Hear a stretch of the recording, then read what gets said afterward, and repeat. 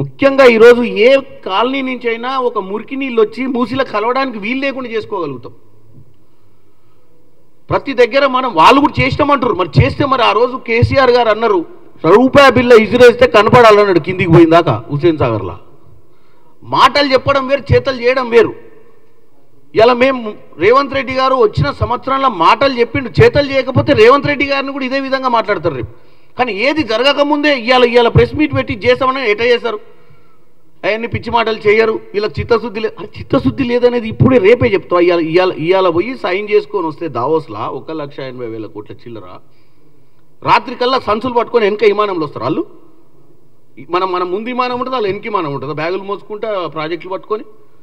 దానికోసం వాళ్ళు primary agreement sign చేసిరు. ఈ ఇన్ఫ్రాస్ట్రక్చర్ RRR, ఈ ఫ్యూచర్ సిటీ, ఇవన్నీ చేసుకుంటే ఆ కంపెనీలకు చాలా ఈజీ ఉంటుంది. నెక్స్ట్ ఇయర్ 3-4 లక్షల కోట్లు తెచ్చుకునే ప్రయత్నం చేస్తాం. ఎందుకంటే మనకు RRR వస్తుందని.